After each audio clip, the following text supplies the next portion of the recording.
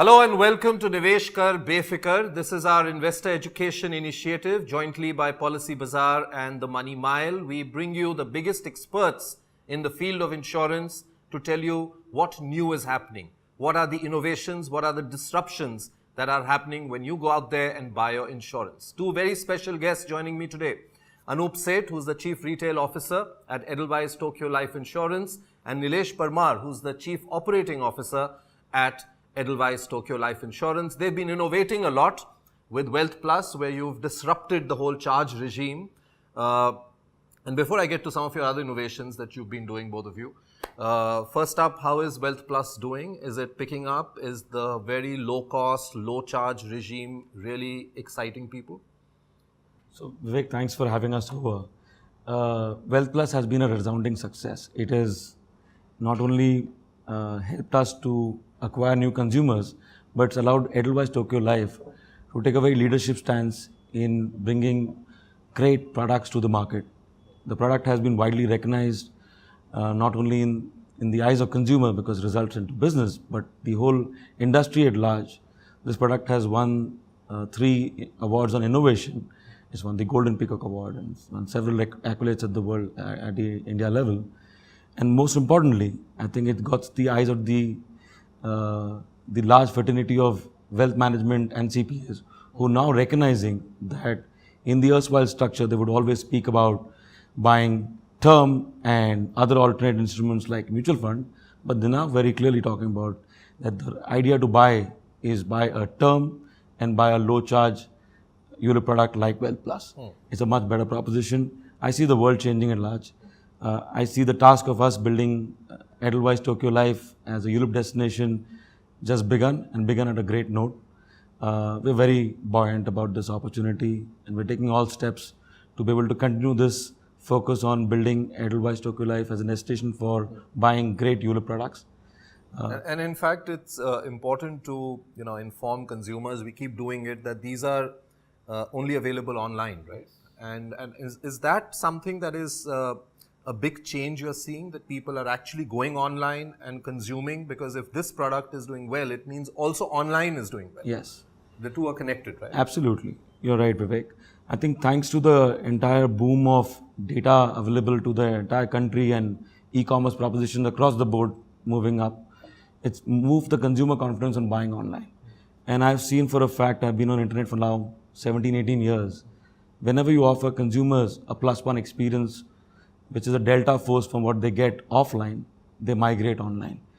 The internet consumers are extremely conscious, they're aware, and if they know the proposition is greater for them online, they will move online. The big factor, Vivek, that has allowed us to make charge structures so effective is the online platform itself. It allows you to get away from the offline cost of distribution, which prevent you from becoming from great products to our consumers. The online offers a great proposition from our point to reduce charge structures, to make compelling proposition to customer, and with partnerships like with players like Policy Bazaar, which is an integral partner with us on creating this journey. It's truly allowing us to be pushing the envelope and creating more and more compelling propositions around that. It's allowing us to not only optimize on the product structure, but also look at how effective cost of servicing these consumers, yet giving the power in the customer's hand, can be done. And as we move ahead, we'll speak on some of the innovation that we've done on those things. So the online has given us the platform, and with partnership with Policy Bazaar, has allowed us to make products and proposition much stronger. Nilesh, going forward, do you see charges coming down further? I mean, I'm not asking you for specifics here because I'm sure you are all thinking of newer products, newer add-ons. But is this a trend that has started and could go further down, the charges, or do you see them stable at this point?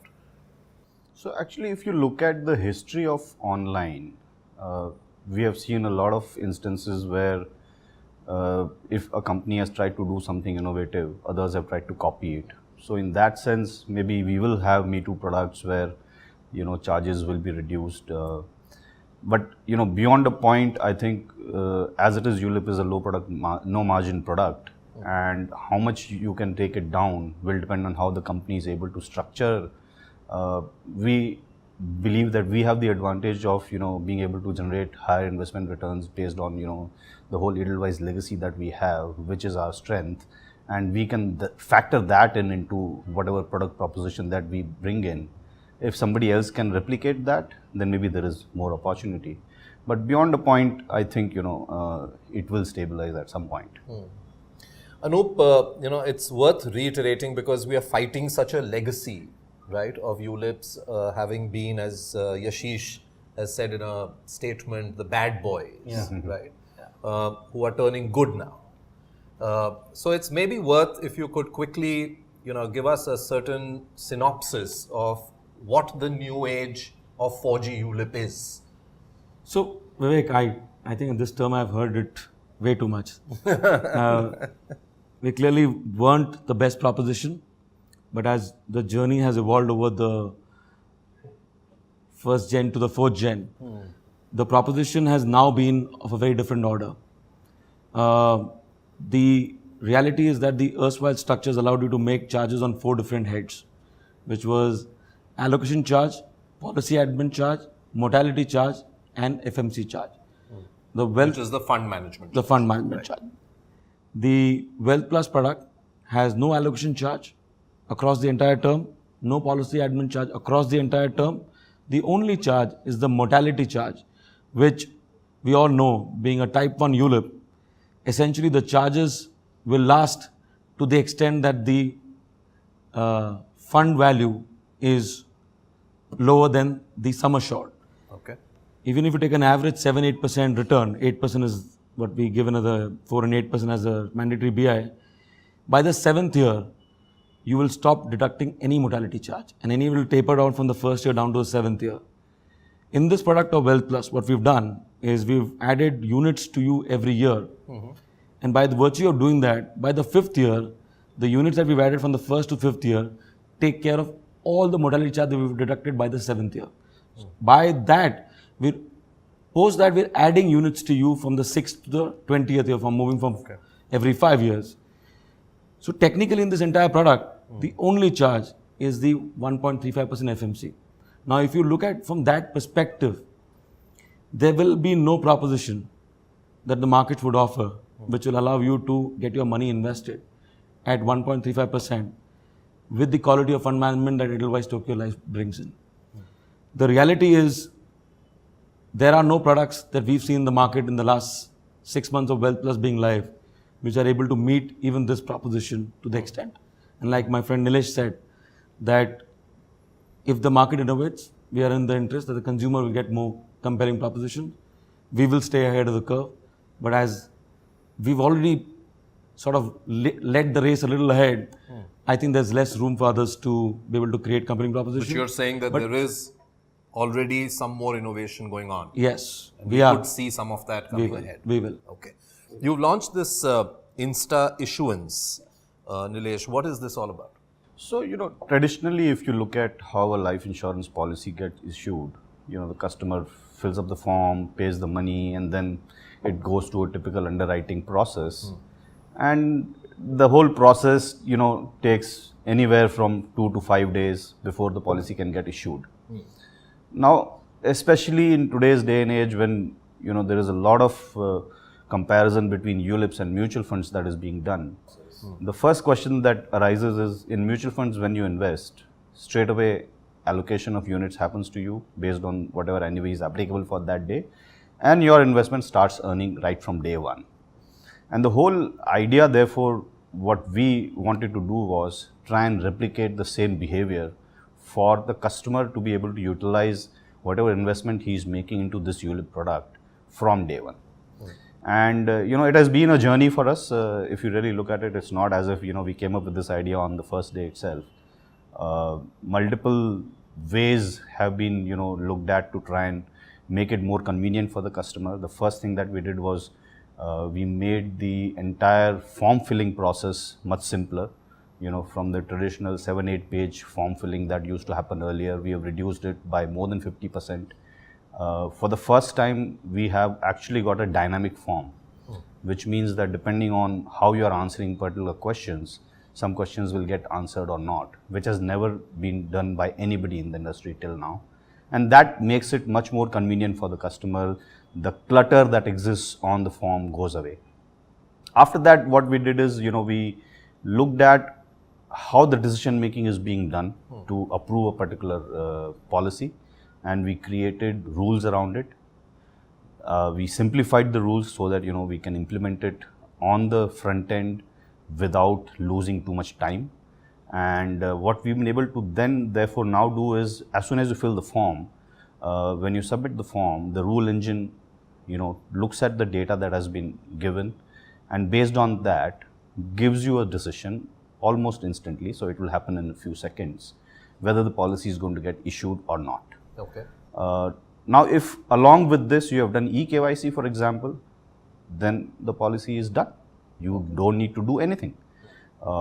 But if you have not done eKYC, then obviously at the back end we'll need to verify that the KYC documents that have been submitted by you, they are accurate and they match whatever information has been provided on the form.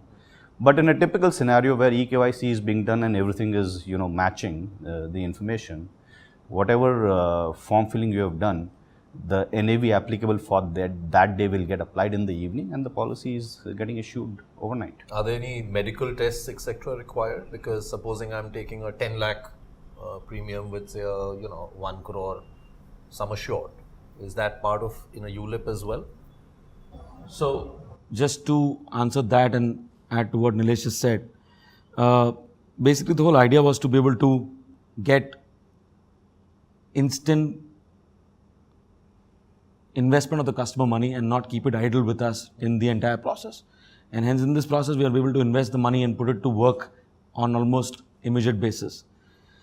Plus the big fact on your point is now we have underwriting rule engines built in, which based on profile, age and income will trigger medicals only for a certain set of customers. Okay.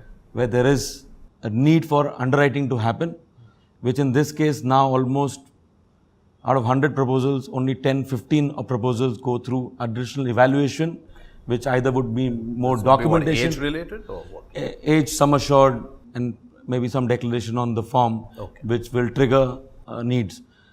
80 to 85% customers will almost on instant basis get the policy accepted and be able to get the money invested in the same. What about on the redemption side? Because since you said you're trying to pick up the best practices, if I may say so, of say the mutual fund industry and try and replicate it here. There again, over a period of time, we've seen redemption being only hastened. And it's much faster now. Since you have, of course, funds which are a mix of both debt and equity in the same fund, how quickly are you able to redeem? And are there any possibilities of that period coming down? So, as we all know, ULIP has a 5-year cap. Sure. So I'm talking post lock-in. So there are two factors to that. One is the switching ability, which is when you're in the invested period, can you switch from a large cap to a mid cap to a debt? Those things are now available on our front end. The consumer at his own convenience can make unlimited switches on the front end. It's at level 1 on the front end. We are in the process of innovating the entire front end to be able to make it as seamless as booking an Uber or booking an Ola online. We're making the shift there on. That front end will go live hopefully by the end of June, and that will take the experience to a different level.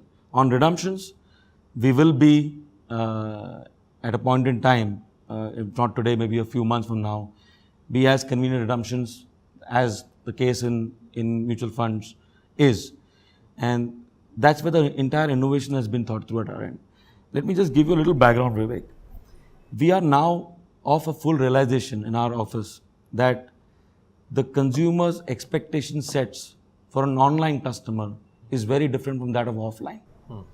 We're now realizing that the consumer expectation is that just the way I'm able to shop at Amazon or a Flipkart or book an Uber or an Ola, can I do that much amount of ease of doing things?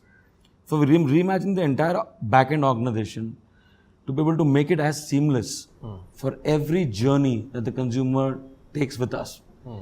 And almost the pledge is internally that if it cannot be done by the person with the least understanding of internet usage, and if we can't bring 100 processes online because he's chosen to come online, we want his entire life cycle to be serviced online. That's the realization in our office. We're now moving the entire processes so seamless in the front end that redemption, switches, your fund statements, your request on a nominee change, anything is going to be a click of a button. We're now innovating to that extent that we want to make sure that not only a product remains a 4G, but our experience also remains a 4G. And if there is 5G in the market, we will make sure it is built out. Okay. So on the switching bit, Nilesh, just one point which, Anup mentioned, that it's now free and unlimited. Is that the right way to look at it? It's free every time you do it, and it's unlimited. You can do any number of times. Absolutely. There used to be a cap earlier, right? You could do 3 or 5 or something. Yeah, so that is not there, and basically it is based on the customer's risk profile, I guess, or how he sees what is happening in the market.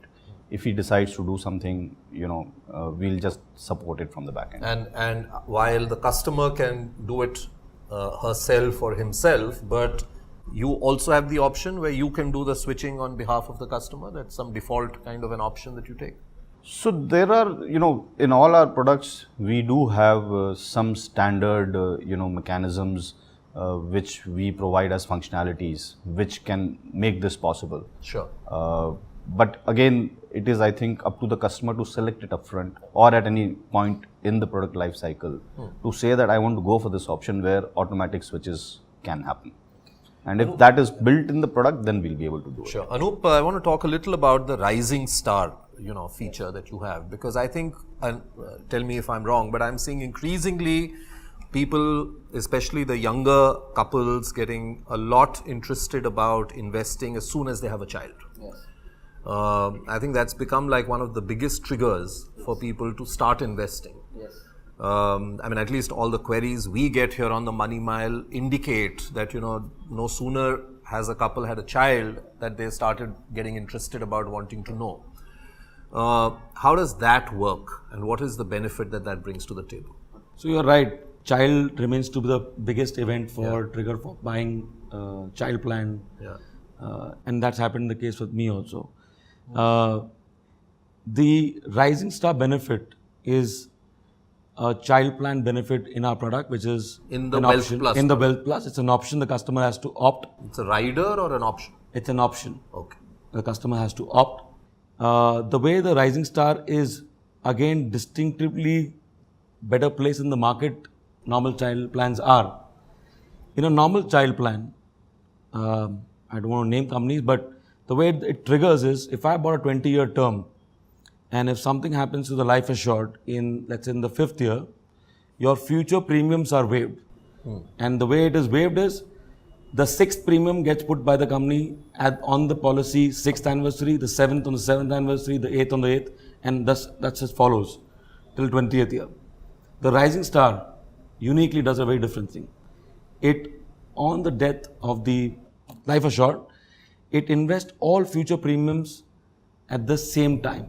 Okay. Which means your money, in the same example, gets invested for 15 more years and starts generating your return for all the 15 lakh rupees invested in the 6th year till the policy term. Okay. And hence the chances of being able to meet the goals and get higher fund value is much higher in the Rising Star benefit. Okay. And today, almost 1/4 of our business on the Wealth Plus are customers which are opting for Rising Star benefit. So when you say they're opting for it, is there an extra charge you have to pay? Yes, there is a mortality charge which increases because it has. By how much? It depends again on the age of both the life assured and the proposer. Okay. But just if I to take in a simplistic example for without a Rising Star example, your mortality cost will typically range between a 0.5 to a 0.6 to 0.7 depending on your age. Okay. If you take the option. No, this is without Rising Star. Without the option. With the Rising Star, it will be depending on ages of both. Right. Will be can be upwards to 1% or more. Okay. But it depends on multiple combinations, so it's not easy to put a number there. Sure. But that's how it operates. Sure. From the point of view of asset allocation, most financial planners that I'm speaking to are now saying that one of the best features of a ULIP especially now with the low charge structure coming in, is that it allows you a cost-free, tax-free ability to do your asset allocation. Is that the way you want to educate customers as well, in terms of being able to pitch your product as something which allows effective asset allocation, moving from debt to equity or equity to debt? So I think, you hit the nail on the head, hammer on the head. At the end of the day, especially after the recent tax law changes, there is a big advantage that the ULIPs will present when compared to mutual funds. And we have seen a lot of inquiry from traditional mutual fund investors to try and switch over, or at least explore the ULIP option, which earlier they would not have looked at. The other thing also is that whilst on one hand mutual fund provides the liquidity because you can do redemption virtually on call, whereas here there is a holding period of 5 years. The ability to be able to switch without charges unlimited number of times counters that lack of flexibility in my view. Yeah. And based on this, I think if I am an aware customer who is watching what is happening in the market, and based on that taking decisions on asset allocation, a lot of us are actually passive investors. We invest, we select a particular allocation, and then we forget about it. For them, things will be the same. But those of us who are active, who are involved, who know what is going on, and who know at what point which asset category to invest in, I think ULIP presents the best way to manage the allocation without any additional cost. Anup, we talked about onboarding, the ease of being able to get a policy quickly. We talked about redemption. Once you've stayed with the policy for 5 years, is there an exit load as well? Or because we read a lot about GST now on exit loads for mutual funds. So how does that work? No, there is no exit load. There's no of any exit load type. at all. After 5 years, you are completely free to withdraw your entire investment. There will be no charge whatsoever. And however, my advice to customers is let your investments, specifically in Wealth Plus, the longer you stay, the increasing allocation from our side will make it more sweeter for you. If you stay longer, you will take the factor of compounding. You will also be able to meet your financial goals. So my only advice to customers is, while there will be a lot of people advising in the market to withdraw your ULIPs after 5 years, the only reason you should withdraw is if you have a next best option, which gives you an opportunity to make the required return for your goals at a lesser cost.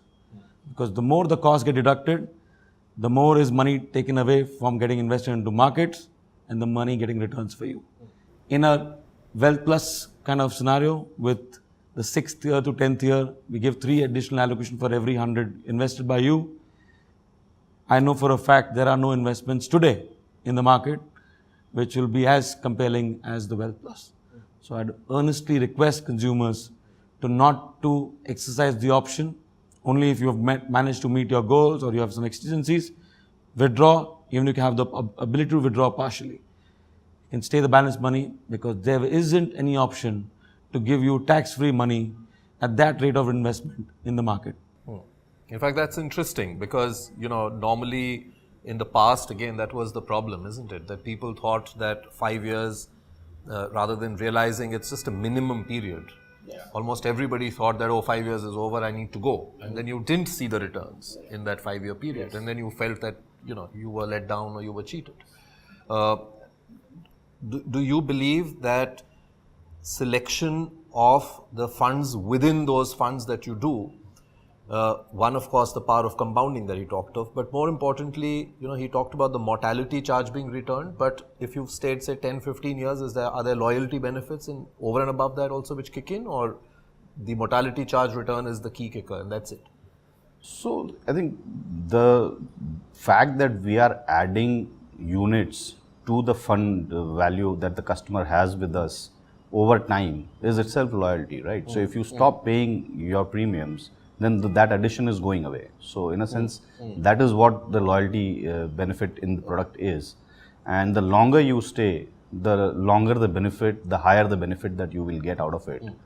And which is what will then, as Anup was saying, improve the return on the investment that you are going to be able to generate from what you have originally invested in terms of the premium amounts.